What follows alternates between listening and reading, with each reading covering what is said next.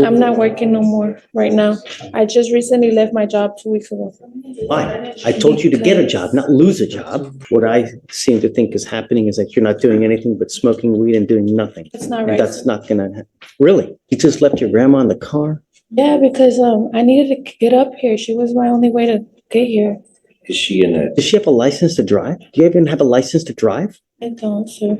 Everything we asked you to do, you did the exact opposite. Sir, I was working on it. I just need you to help me with this. Today we've got an entitled teen who's making one wrong move after another, and it's like she's speedrunning her way into a future she won't be able to crawl out of. She walks into this courtroom acting like nothing matters and the rules don't apply to her, which is always a great way to impress a judge if your goal is jail. The tension hits instantly because you can tell she genuinely thinks she can do whatever she wants without consequences. The judge, on the other hand, is looking at her like she's a walking checklist of don't ever do this while on probation. And the deeper she digs this hole, the faster she seems to shovel, almost daring the system to respond. It's messy, it's reckless, and it's the kind of case that shows how quickly a little teenage ego can snowball into real legal damage. So the real question is, does she finally get the wake-up call she's been begging for, or does she double down and make it worse? Let's go ahead and dive in. What are you doing with your life, man?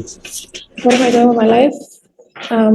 Right now I'm currently barely getting stable at the house. I just recently moved house Alright.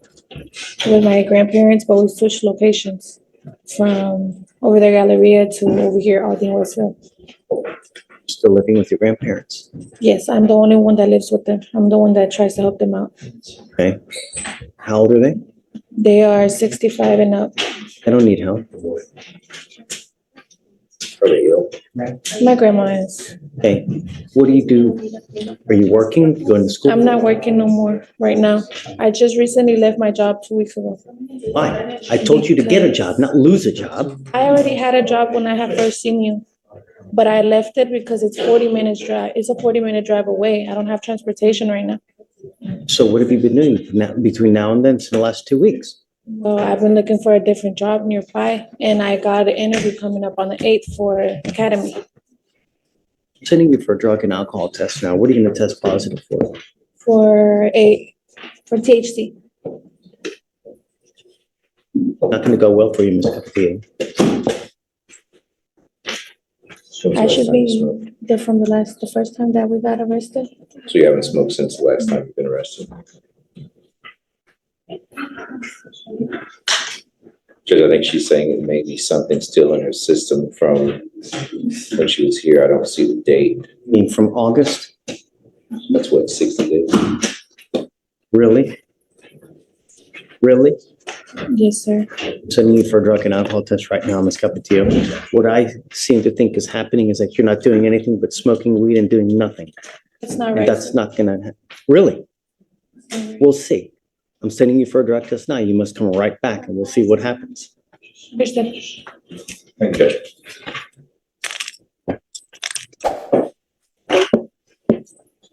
What happened? Positive. For what?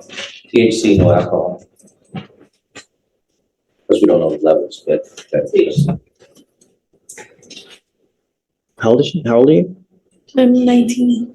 That's it. You stay with me. I'm revoking your bond, man. Make an exception to tell somebody to bring my grandma, because she doesn't know how to drive, and I drove her up here. Where's your grandmother at? She's up in Louis Valley.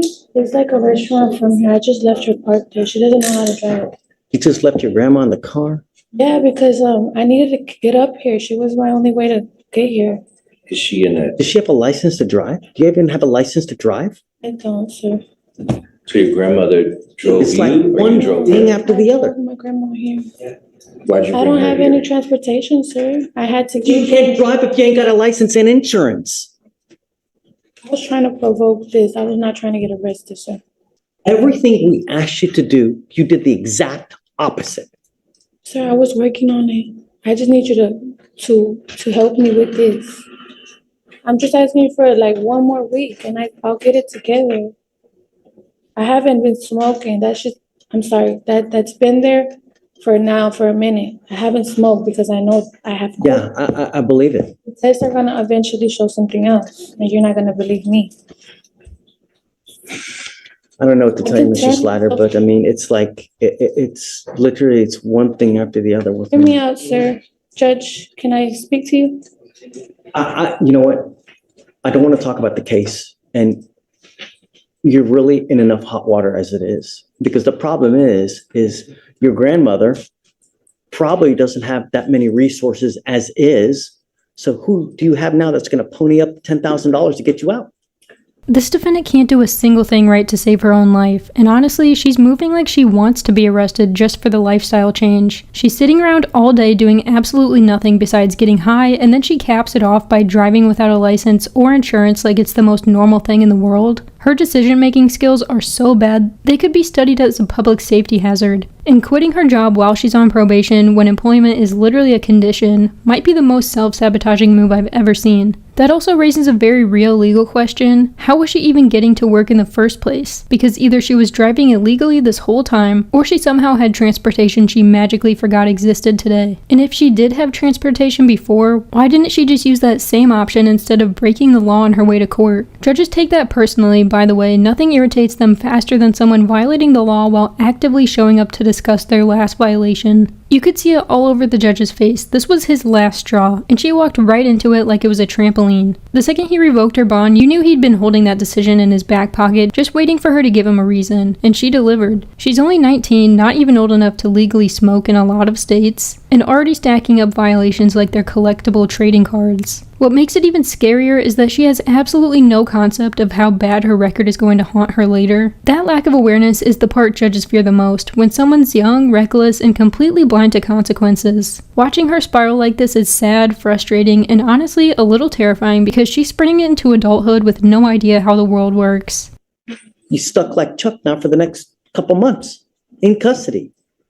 All I asked you to do was be clean and do something productive. I can She goes with you.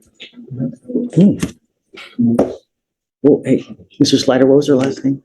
Capatillo, Capatillo, that's right. Page 6. page 6. Not only that, she bond forfeited how many times?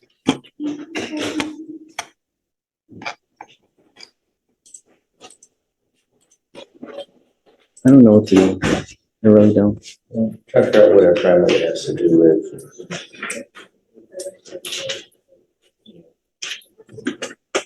She has. Because the problem is that like, I can't let her drive home.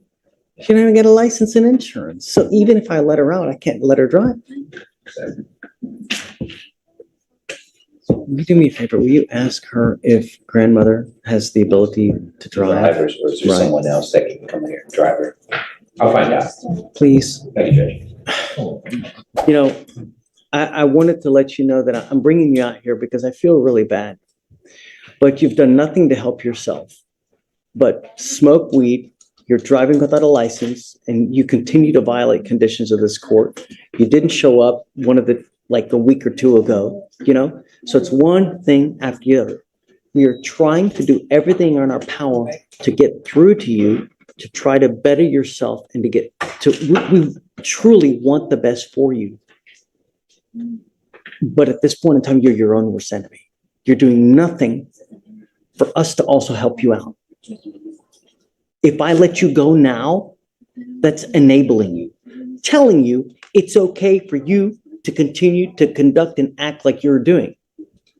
Ms. Capatillo, it is not.